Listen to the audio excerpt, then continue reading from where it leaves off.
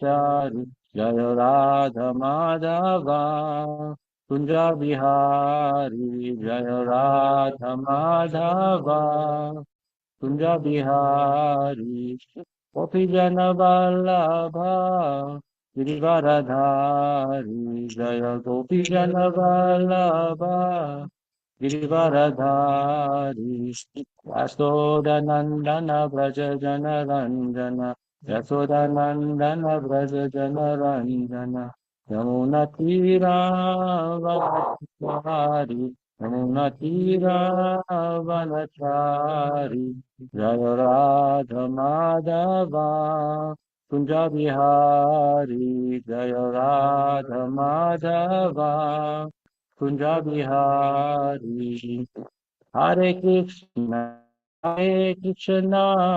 Krishna Krishna Hare Hare Hare Rama Rama Rama Hare Hare Hare Krishna Krishna Krishna Hare Hare Hare Rama Rama Rama Hare Hare Jaya Prabhupada Jaya Prabhupada Prabhupada Srila Prabhupada Jaya Prabhupada Prabhupada Prabhupada Srila Prabhupada Jai Srila Prabhupada ki Jai Kuji Vaishnava ki Jai Granth Srimad Bhagavatam ki Jai Om Namo Bhagavate Vasudevaya Om Namo Bhagavate Vasudevaya Om Namo Bhagavate Vasudevaya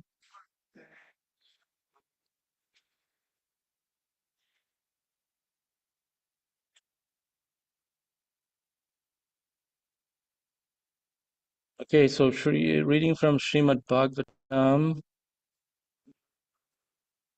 um,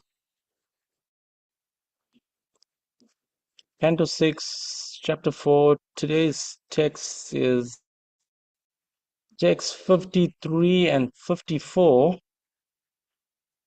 So chapter 4 entitled the Hamsaguya prayers. Maybe we should have finished 53 and 54 yesterday because there's no purports. Is that correct? That is correct. All right, so we'll read them and then we'll move over to the next chapter. Not only Thank that, you. in the next chapter, there are no purports for several verses. All right, so we got a lot to discuss then. Lots and lots and lots of. There is the whole chapter summary, though. You could regard that as like a purport. Um, okay, we can do that too. Let's see. Srimad Bhagavatam 6:4.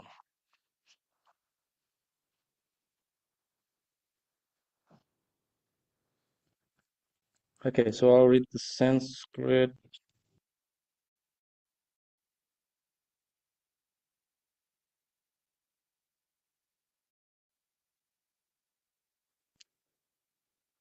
Ah, so which verse do we want to recite then? I guess it doesn't matter, right? What we usually do is, I guess we would do the second one. So you could read the Sanskrit for 53 and the translation, and then the Sanskrit and synonyms and translation for 54, and then move on to the chapter summary for 6.5. Chapter. Okay, let's try that. Well, I wanted to cover the summary is not covers the entire chapter, so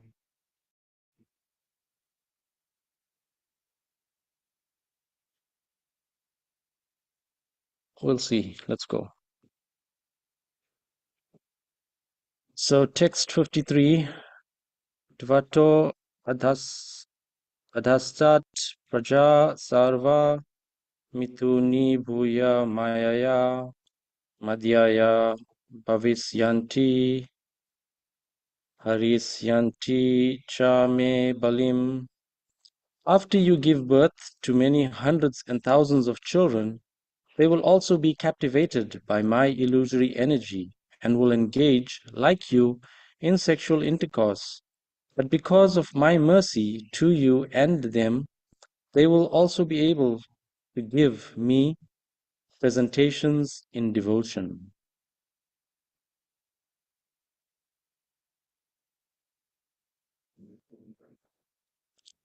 Text 54. Sri Sukha Uvacha. So yeah, let's repeat.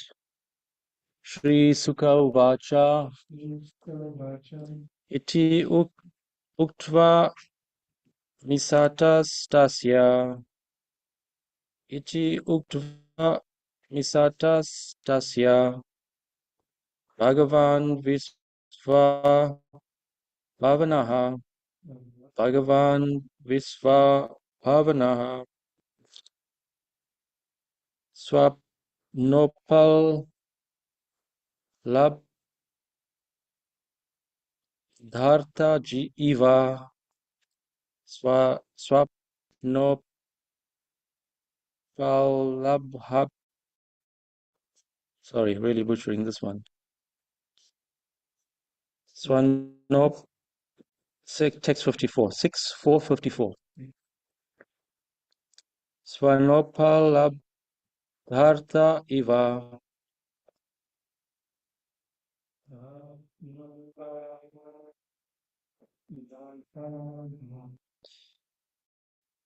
Tatrevantar dhadhe hari.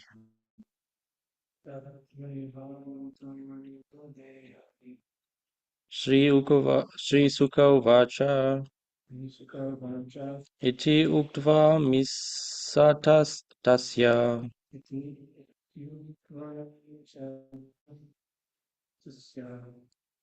Bhagavan Visva Bhavanaha. Swapnopala Dharta iva. Dharta iva. Tatre Vantarda Dehiri.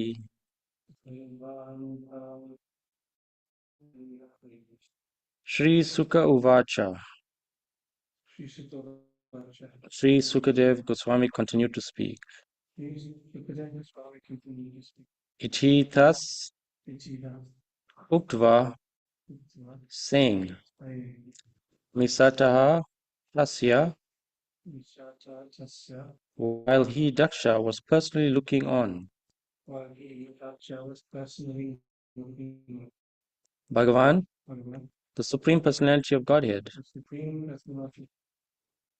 Bhavanaha, who creates the universal affairs. Swapna Upa Labdha Artaha.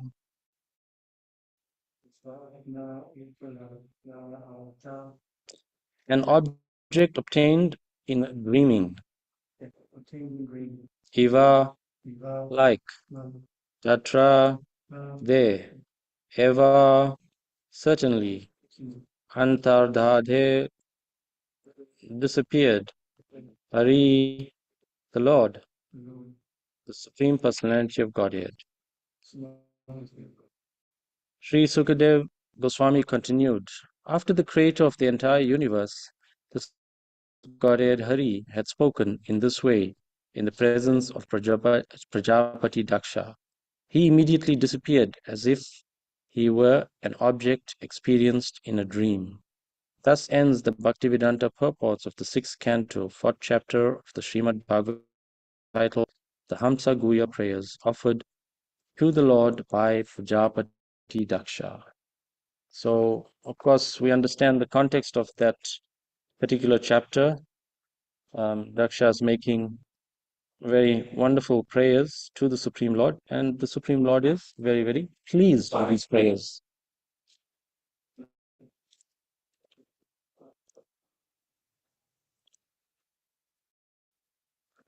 So then we go on to fifth chapter, Narad Muni cursed by Prajapati Daksha. So the chapter summary. This chapter relates how all the sons of Daksha were delivered from the clutches of the material energy by following the advice of Narada. Therefore cursed by Daksha, influenced by the external energy of Vishnu, Prajapati Daksha begot 10,000 sons in the womb of his wife, Panchajani. These sons, who were all of the same character and mentality, were known as the Haryashvas.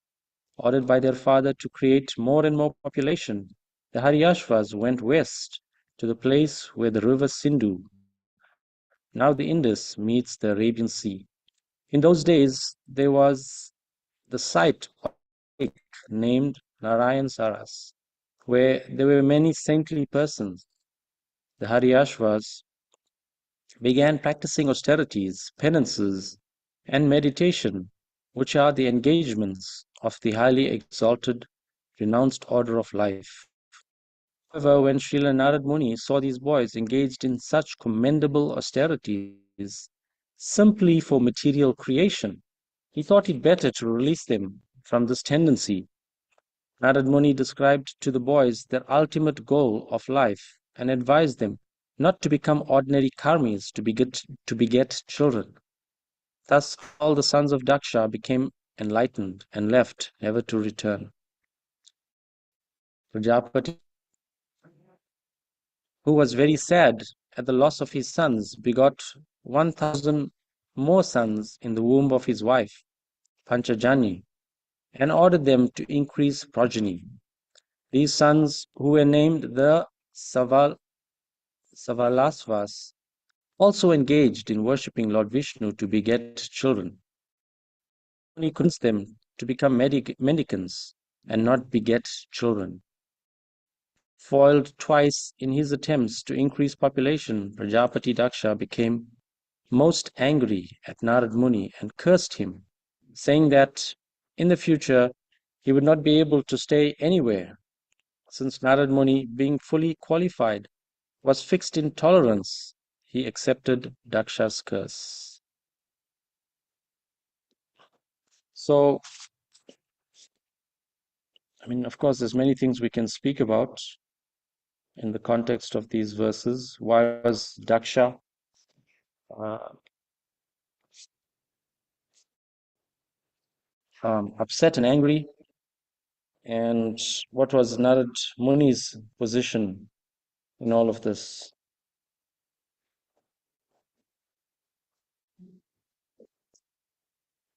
Taraka Prabhu, maybe we'll read a little more, read the couple verses until we get to the purport, because then it'll give us more context. Yeah, go for it. You can read just the translations or Right. the Sanskrit and the translation if you want. No, that's a little more difficult. We'll do the translations. So let's do that. Text 1. Srila Sukadev Goswami continued, impelled by the illusory energy of Lord Vishnu, Prajapati Daksha begot 10,000 sons in the womb of Panchajani, the Sikni. My dear king, these sons were called the Haryashvas. Text 2. My dear king, all the sons of Prajapati Daksha were alike in being, very gentle and obedient to the orders of their father. When their father ordered them to beget children, they all went to the western direction. In the west, where the river Sindhu meets the sea, there is a great place of pilgrimage known as Narayan Saras. Many sages and others advanced in spiritual consciousness live there. In that holy place, the Haryashvas began regularly touching the lake's waters and bathing in them, gradually becoming very much purified. they became inclined toward the activities of the Paramahamsas. Nevertheless, because their father had ordered them to increase the population, they performed severe austerities to fulfill his desires. One day, when the sage Narad Muni saw the boys performing such fine austerities to increase the population, Narad approached them.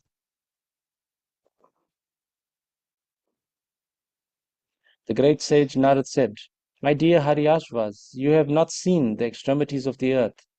There is a kingdom where only one man lives, and where there is a hole from which, having entered, no one emerges.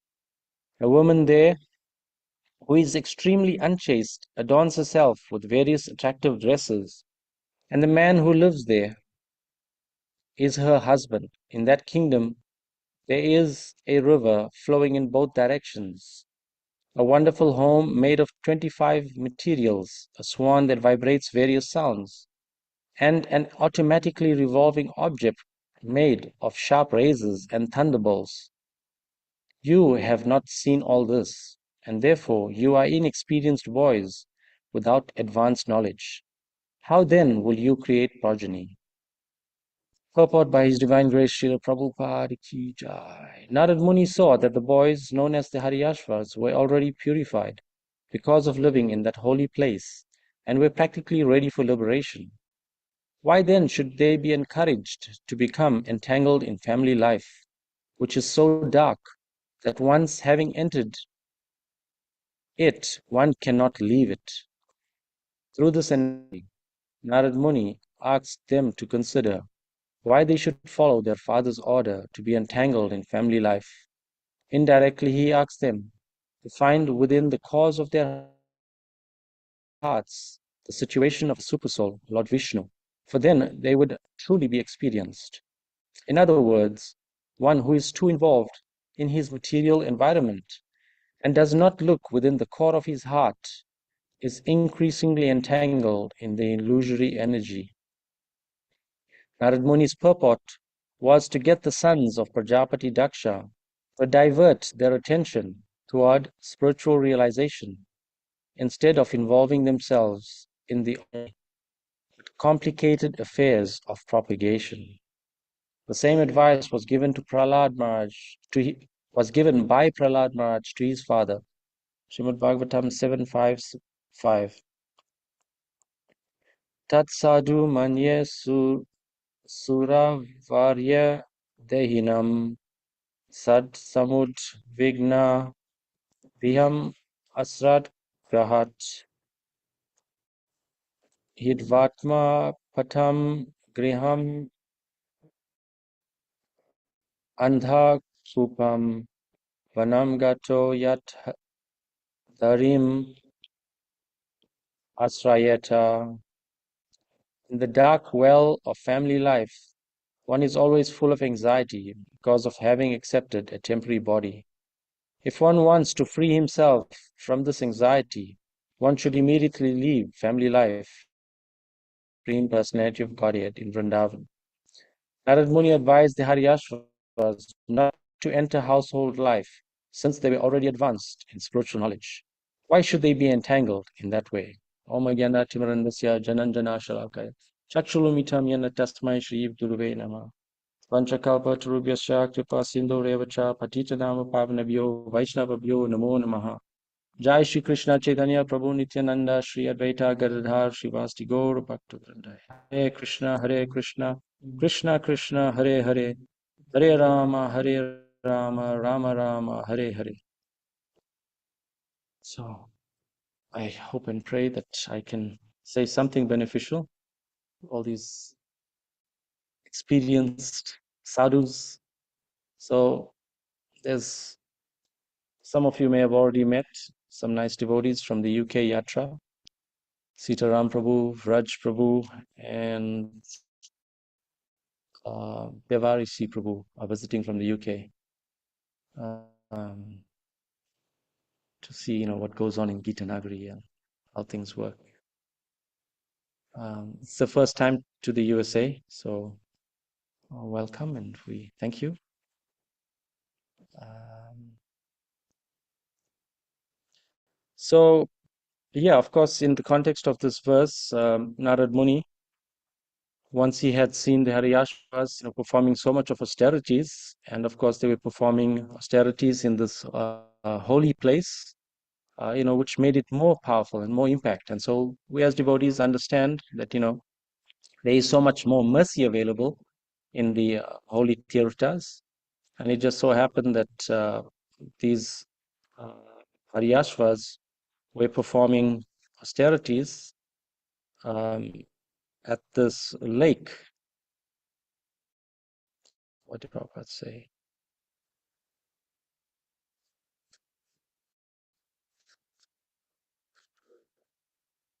Which was a very, very holy place. And so by the time Narad Muni, sees the boys, he remarks that, they were already purified because of living in that holy place, and they were ready for liberation.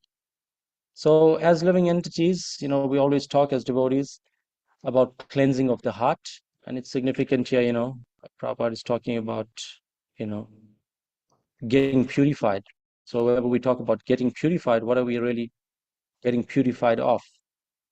And so our understanding of devotees is that we want to purify the contaminations within the heart. And so last week we started using the flip chart, and we had made a nice drawing for the devotees on this. And I should actually send a picture of last week's drawing, but we'll make one more quick drawing.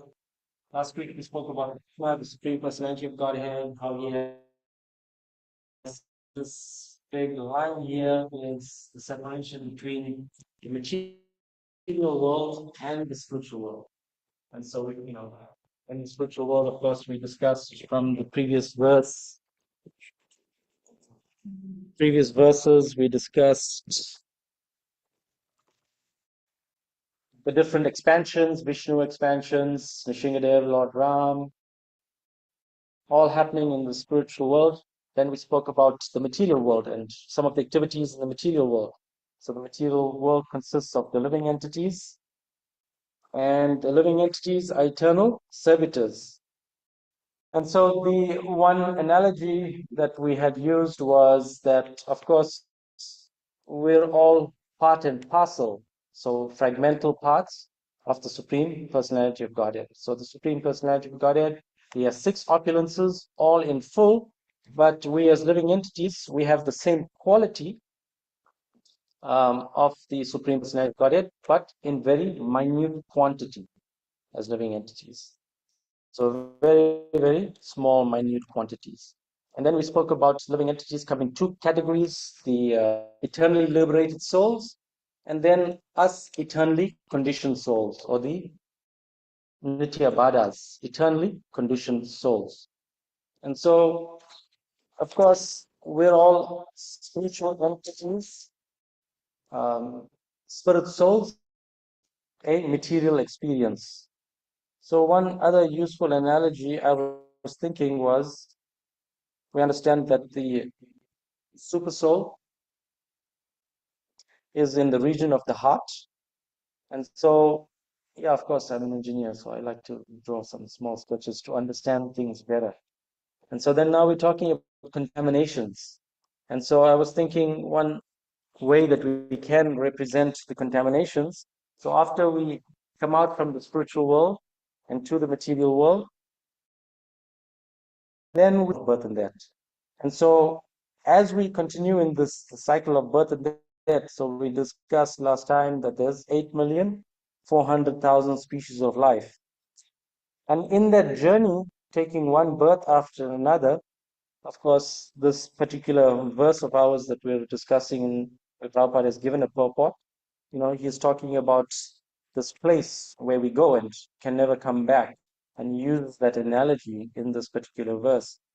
But in terms of content of the heart and getting purified, as we take birth in this 8,400,000 species of life, we can consider that, there's these layers of contamination, these impressions as we go through these different, 8,400,000 species of life. We continuously have these, layers being formed around our heart. And so, of course, the goal, in one sense, is to purify ourselves of all this conditioning. So we can call this conditioning as we continuously cycle birth after birth in the material world. There's just so many experiences in the animal kingdom, experiences, uh, in all forms of life. And, basically all those impressions, get layered around our heart. But we understand that contains super soul, is in the region of the heart, and um, us spirit souls, we're pure. So the idea is how to trick, of course, for all of us in the material world, is how to be able to cleanse all these layers, because all these layers are binding us and keeping us attached. So that's one of the phenomena that we identify with the body, and it all starts there, that we identify with the body, and we become attached. And so in these verses, we'll learn as the chapter progresses how the descriptions are there, that, once one is attached to the body, then, we, in one sense, continue get more and more attached and build on the layers in our lives as we. So it's only at a point where we can ask the question, who am I? What am I doing here? What is my purpose? That, we can start to understand what is our real purpose in the material world. Then this morning I sent a picture on the connections group. And I also sent it to our WhatsApp group. So I wanted to touch on that a little bit. If devotees can refer to that WhatsApp group, the connections group, I sent 2 pictures, and I like those pictures very much because, again, they give a nice example. Maybe refer to the second one. There's animal life, so we understand the process of bhakti yoga in terms of the yoga ladder. And then there's animal life right in the bottom. Then as we surrender and take the association of advanced devotees, we gradually make advancement in spiritual life. And then the next category is sadhana bhakti, bhava bhakti, prema bhakti, and love of Godhead. So then the second sketch, which gives, a more inclusive depiction. So we've got, again, same, animal life is there. So of course the understanding is, what's the differentiation between, living entities in the animal kingdom and human beings? And we understand that as human beings, we can ask the question, who am I? What is my purpose? What am I doing here? And, what is the goal of life in the material world? And so this is the differentiating factor, between becoming human and animals, because we understand that, the animals eat, sleep, mate, and defend. And of course, human beings can also eat, sleep, mate, and defend. And so what's the difference? The difference is that as a human being, we can ask, what is the purpose of life? And so in this way, we can gradually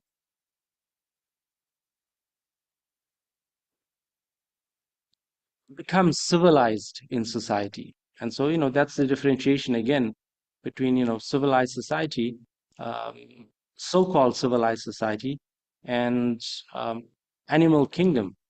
So one who does not ask these questions, can be considered, in one sense, practically, acting like the cats and dogs, Prabhupada says. He's so heavy in so many different places that we practically act like cats and dogs. And so until the point where we come to ask, who am I? What is my purpose? Then, our spiritual life starts to take off. And so this diagram here gives a nice representation of, the different stages as we make advancement in civilization. You can see on the right-hand side, There is the diagram showing ignorance, passion, goodness, and transcendence.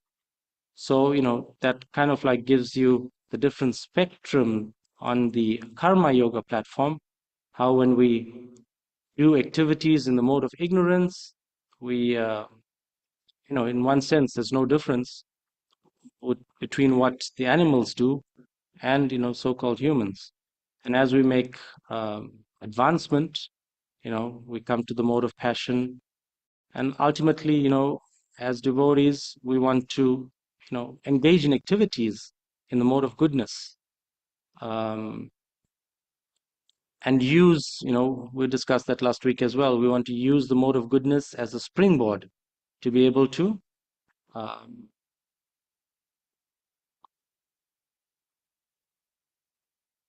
as a springboard for spiritual life, to get onto the transcendental platform in one sense. And so we want to shape our activities, day-to-day lives, and peg it at the mode of goodness, so that we can actually benefit from taking up our spiritual lives very, very seriously. Then on the left-hand side, you can see on the diagram, it shows regulated sense gratification. And at the bottom, as far as animal life is concerned, there is unrestricted sense gratification. So again, as human beings, we should decide, which category do we fall in? Are we looking for unrestricted sense gratification, which we can see, definitely the karmis are, heavily engaged in unrestricted sense gratification. Their understanding is that, the goal of life, because we understand the highest pleasure is sex life. And so, we see everybody chasing after these things. So in these verses, of course, in purport, also Prabhupada is discussing that Narad Muni doesn't want the Hariyashvas, they're already so advanced. He doesn't want them to just be like, he says, their father and just create progeny. And here, of course, the entire framing of Narad Muni is geared towards karmis and not towards devotees. So, he's frowning heavily upon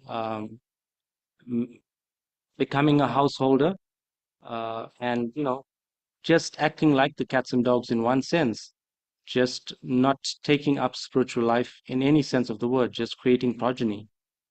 And so we understand as devotees that, there is nothing wrong with uh, becoming a householder, having Krishna conscious children. And so, there's a lot of discussion, um, direction given in the Srimad Bhagavatam. There's so many nice verses um, giving the descriptions of um, householder life. And householder life, of course, the differentiation is given in the Bhagavatam, is categorized into Grihastha and Grihamedi. And so, of course, Grihamedi life, maybe we can make some notes quickly. Grihamedi life, give some examples of Grihamedi life and Grihastha life.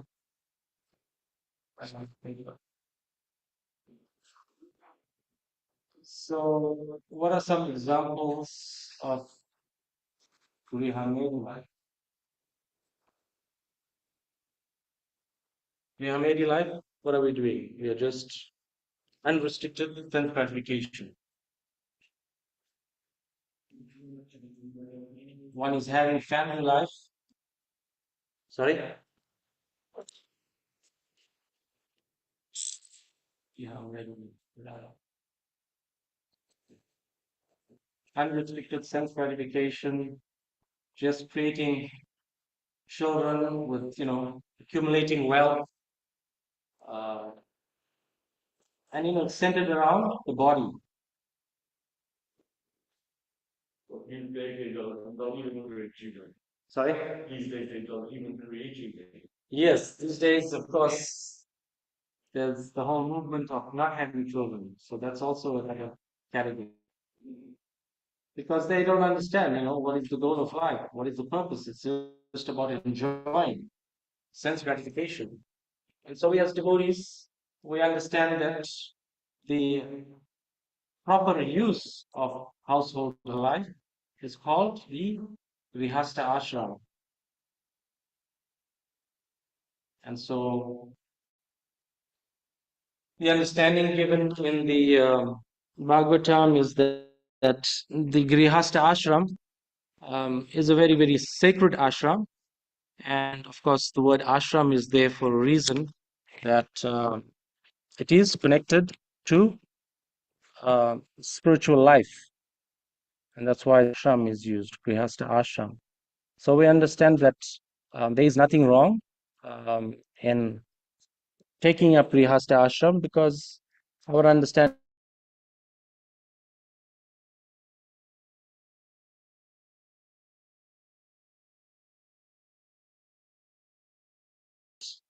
when husband and wife come together with Krishna and Guru in the center, then gradually they can help each other to um, make spiritual advancement.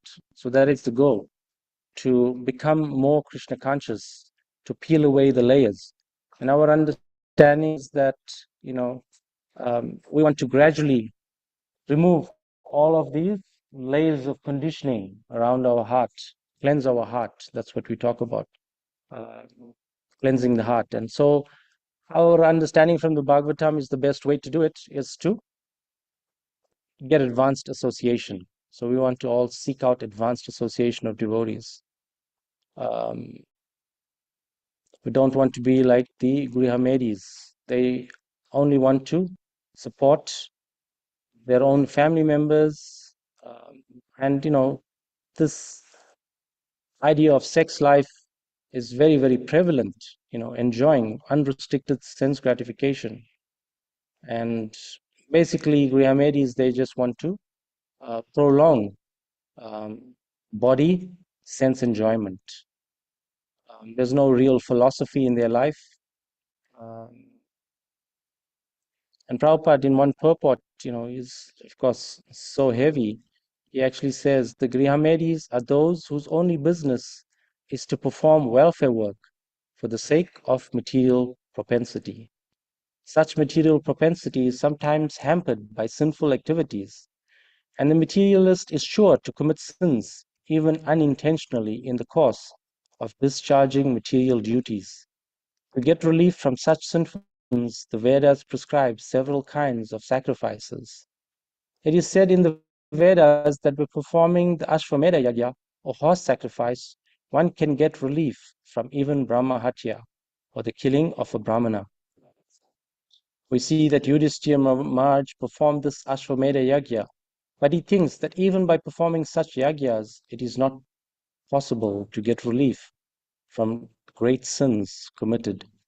So, of course, in that context, Yudhishthira Maharaj was lamenting, at the time of the Battle of Kurukshetra, that, this so many persons were killed. So, as an ideal king, he was lamenting so much that, there's now so many men were killed on the battlefield, so many women were left, without husbands, without protection. Uh, and, in this way, as a great, king, he was lamenting so much, about how women would not be protected.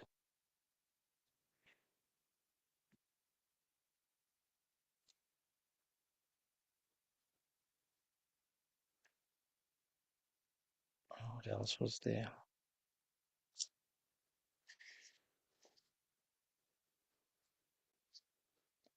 So our understanding is that, as far as the ashrams are concerned, there's the Brahmachari ashram for 25 years. There's the Grihastha ashram, another 25 years. Vanaprastha ashram. And then the last ashram is Sannyas ashram. So, of course, we're all familiar with this one example given in the Bhagavatam of, entanglement in material life, how one quickly gets entangled. And Prabhupada gives the one example of the sadhu. He was living near the river, and his only possession practically was his kopans. And so, of course, he was performing his puja and tapasya. And of course, at some point, there was a mouse that used to come and eat his copings. And so at night, the mouse used to come and chew and make holes in his copings. And so he was thinking, what to do, what to do. So at some point, because every night the mouse was doing this, and so at some point he was thinking maybe I should get a cat, and then the cat will eat the rat or the mouse. And in this way, my copings uh, will not have these holes and not be eaten. And so, of course, he realized that, okay, if I get a cat, then I need to feed the cat, because otherwise, why is the cat going to stay around? And so then I have to give the cat something to eat, and so I have to get some milk. And so then, of course, where am I going to get milk? Then I need to get a cow. And then, of course, if I get a cow, then who's going to milk the cow? Then I need a wife, and she's going to milk the cow. And so, in this way, this example is given there of complete entanglement. And then once I get a wife, then the wife wants a child, because she needs companion. And in this way, this cycle just goes on and on. But of course, we understand that the sadhu was, it seems like it's better to just go naked. Don't get so entangled. So in these examples, in these verses, of course, Narad Muni is, very concerned for the Haryashvas, that, they do not get entangled like this in material life completely, you know, and not, take up spiritual life. So he had, similarly spoken and preached to the Haryashvas, who, it's explained that we're ready for liberation. And they decided, of course, to go against their father's will.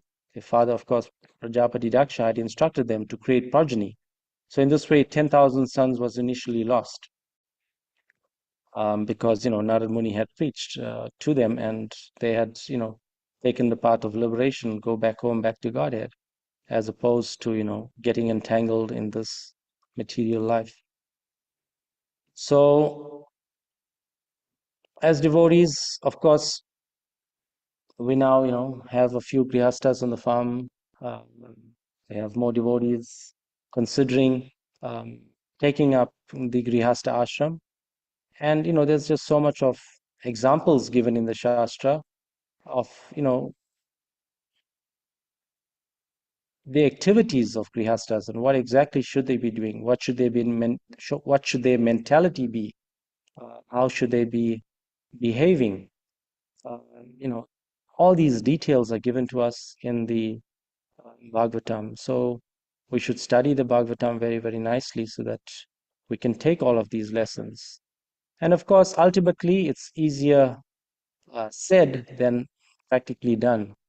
But again, this concept of, taking guidance from senior devotees, taking shelter of senior devotees, we can gradually purify ourselves, become eligible to be able to go back home, back to Godhead in this very lifetime. So, we discussed previously, there is the material world, there is the spiritual world. We can get so quickly trapped in the material world. We saw in the case of Bharat Maharaj, in terms of our yoga ladder, he was in the stage of bhava.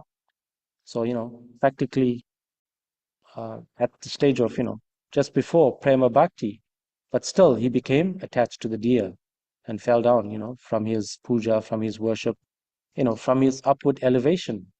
So the material world, we understand it's a very, very dangerous place, and there's so many allurements.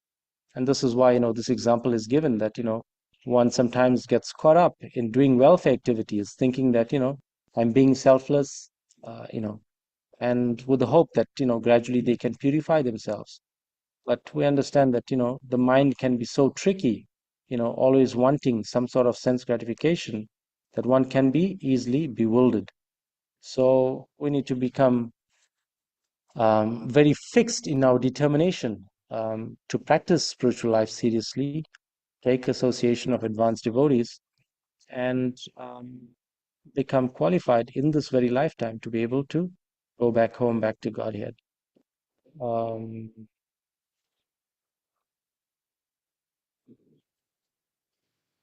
Yesterday when we went to an Amish store, we met a nice Amish man as well, um, one of our Amish friends, and we were asking him some questions about Amish life and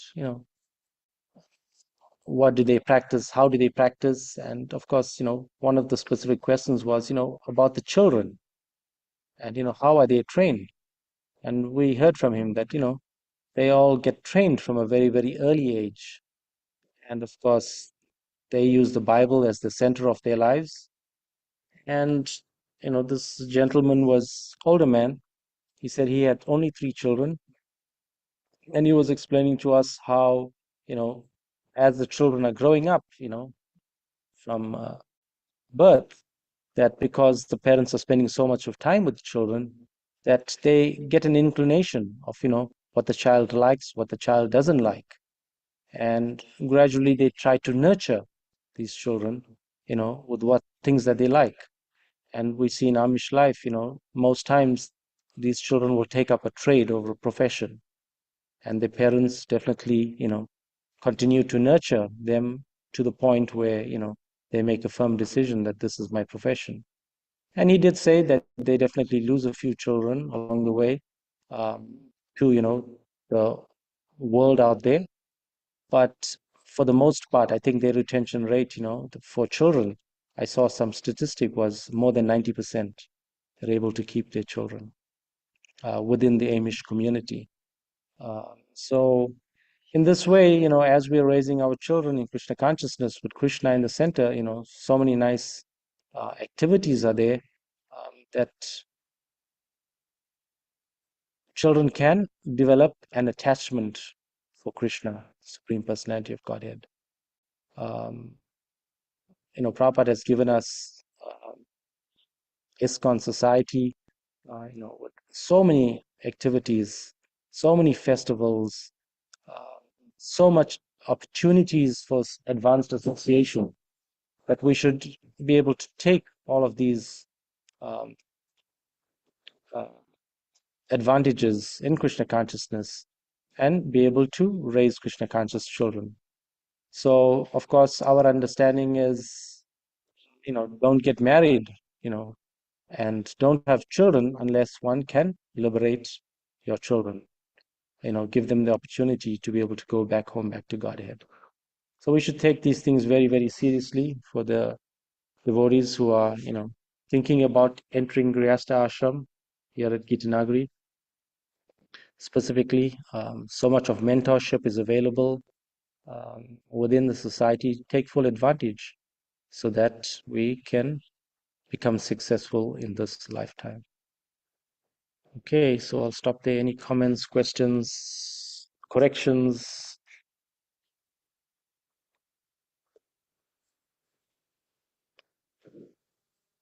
Very well. We went to see the animation film. That was very interesting. Hmm. The question was really around, maybe more exercising, 50 years old. But what do you think is necessary for us to become successful in achieving 90%? To get to that level, because we're struggling. Right. So Prabhu's question is, in terms of the retention rate, I quoted that example of the Amish community. And, Prabhu is asking, as far as our ISKCON society is concerned, what are some thoughts on how we can retain our own children in Krishna consciousness?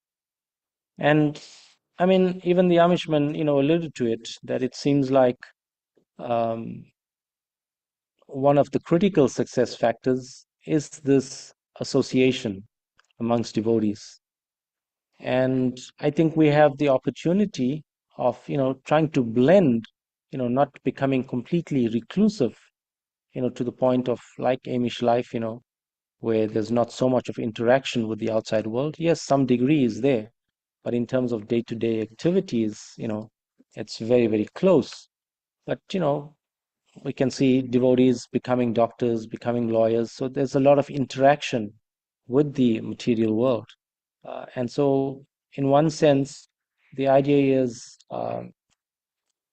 like I was saying earlier, to not become entangled in the material world, to understand that, we're in this material world, but not of the material world. So in terms of association, we understand that, there is Krishna in the heart. So if Krishna is in the heart, then as we participate, in these regulated activities in Krishna consciousness, as day-to-day life of a child growing up, we have so many examples in our community here. Hari Chakra Prabhu, I'm thinking, and his family, because, I saw all these children grow up, over the past 16 years in our community, that, the parents regularly attend the programs in the temple. They, practically their home is like a temple. So some sort of worship is, going on. So these examples are there. And of course, one other critical success factor is these different samskaras. So, when one is, of course, traditionally the Vedic system is that, even getting married, there's a whole samskar towards one who, wants to get married. So what to speak of birth of children and things like that? There's just so many samskaras given in the Vedic system. So observing all of these samskaras, have deep impressions. As far as Krishna consciousness is concerned, our system is that when one conceives a child, that the parents, chant at least how many rounds? 50 rounds, yes. I didn't have any kids, so I couldn't remember the number. So at least 50 rounds. So in this way, these, samskaras, and we've seen it, for those parents that, have, followed the system, and definitely, uh, there's so much of mercy available for these children, to grow up in a Krishna conscious uh,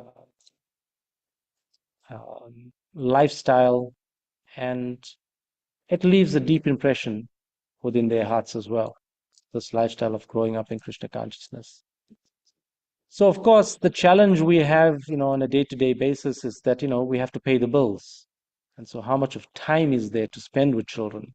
And that also seems to be a critical success factor in terms of, are both parents working to maintain the household, to provide for the children, or is, more time available from the mother in terms of nurturing and giving opportunities for the child to engage in Krishna consciousness.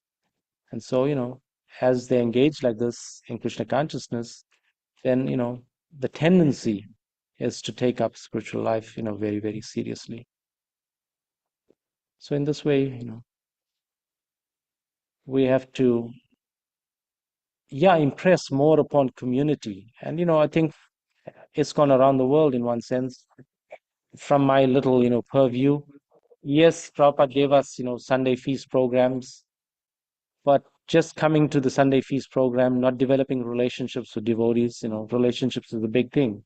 Developing, relationships with the other grihastas, taking prasad together, sharing Krishna consciousness, sharing realizations, in our day-to-day lives. All of these things require time. And so if these things can be built into our schedule, somehow or the other. I'm remembering, when I was becoming a devotee, I, of course, was working at Volkswagen at that time. And I was a new engineer. And, I was, of course, had a desire to climb the corporate ladder and, become, some director or something. And, in this way, become more entangled. But, this desire was there. And so I met these, and, I quickly learned that, devotees are chanting this Maha Mantra, which I already was familiar with, but, didn't take it up seriously. And so then suddenly I heard that the devotees chant for 2 hours a day. So one brahmachari was, having me out. Yes, you should take up this chanting seriously and do it for 2 hours a day. And I was like, I'm already working, 16 hours a day. There's not enough hours, to do everything else, to sleep. Where am I going to, add this 2 hours? But somehow, by the mercy of the devotees, I slowly started to try. And I think within a few months, I was chanting 16 rounds. So I was still pursuing my goal of, climbing the corporate ladder. Didn't go too far. It went a little while and then eventually tapered off. But, I started to take up spiritual life a little more seriously. So in this way, in the association of devotees, so many things can be possible, but it needs to be planned, intentional. We need to set short-term goals, medium-term goals, long-term goals of where we want to be. And so, like I said, all these things take time, but we should, carefully plan like this. And if we do plan, then we can be successful, like, so many corporations are. Any more comments, questions? How is it that the busiest person in Spruce Hill is publishing Srimad Bhagavatam class notes for deepening the churning? Thank you, Prabhu, for always expanding the envelope of how to make offerings of devotion to Sri Sri Radha Damodar. That's from Nagari Krishna Prabhu. Thanks, Nagari Krishna Prabhu. So, Haribol Prabhu.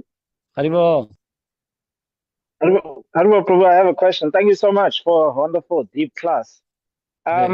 So, with regards to retention, so based on your experience of taking care of so many devotees over the last 16 years as your own children, I've observed it for the past 6 years or so being here, as good as your own children. So, if somebody gave you $5 million, what would you do to retain these young devotees who have some budding interest in agriculture and Krishna consciousness?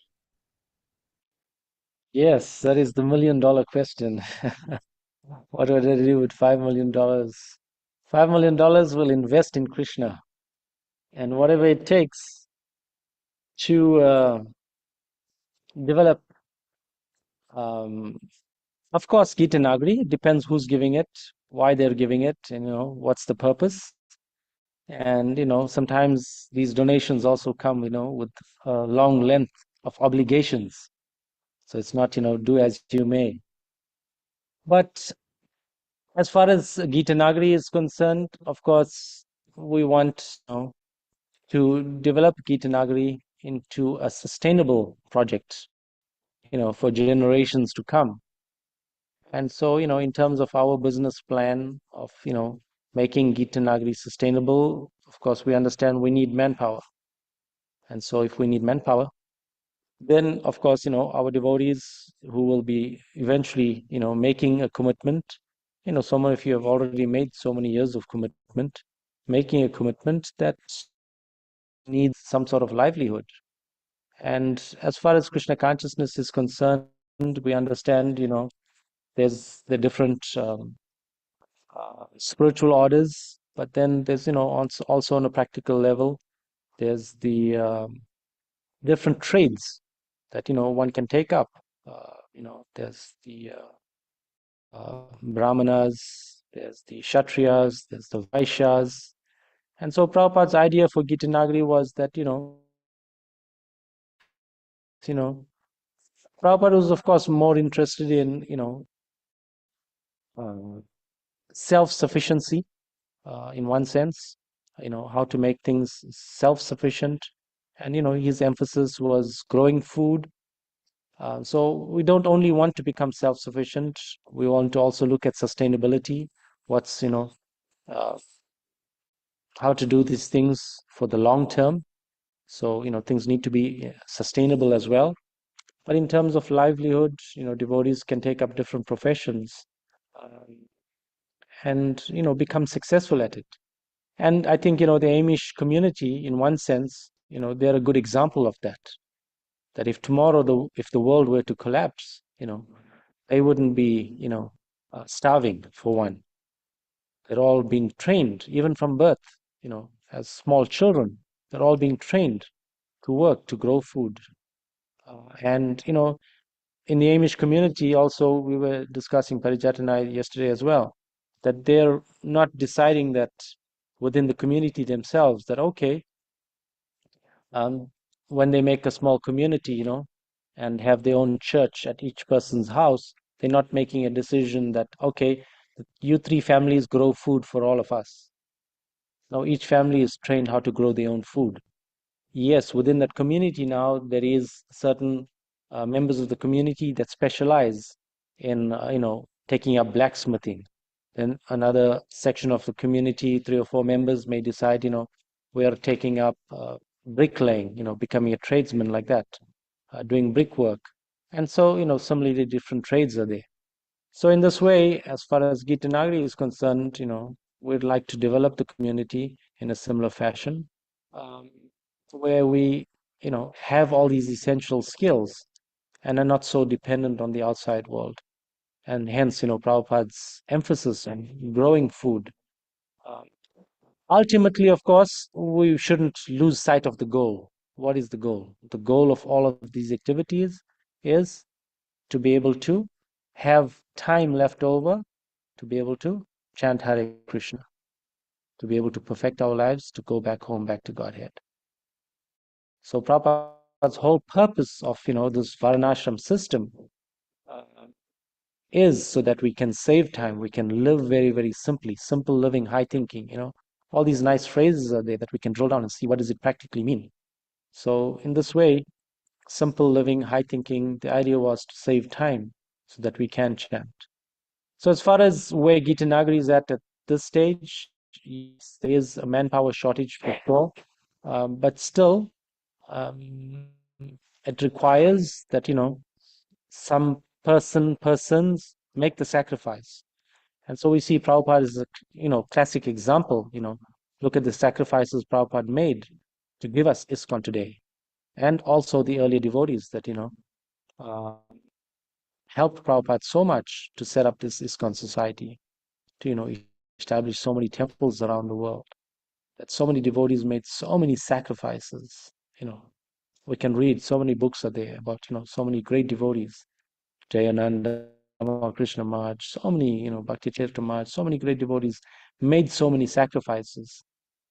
So the idea is, who's going to make the sacrifice? I guess that's the big question. And so, inspiration and yeah, Krishna within the heart, super soul, uh, we can take up, this service of sacrifice in Krishna consciousness. Thank you. I hope that's okay. Agari Krishna Prabhu. Srila Prabhupada ki jai. Tantra Srimad Bhagavatam ki jai. Go Premanande.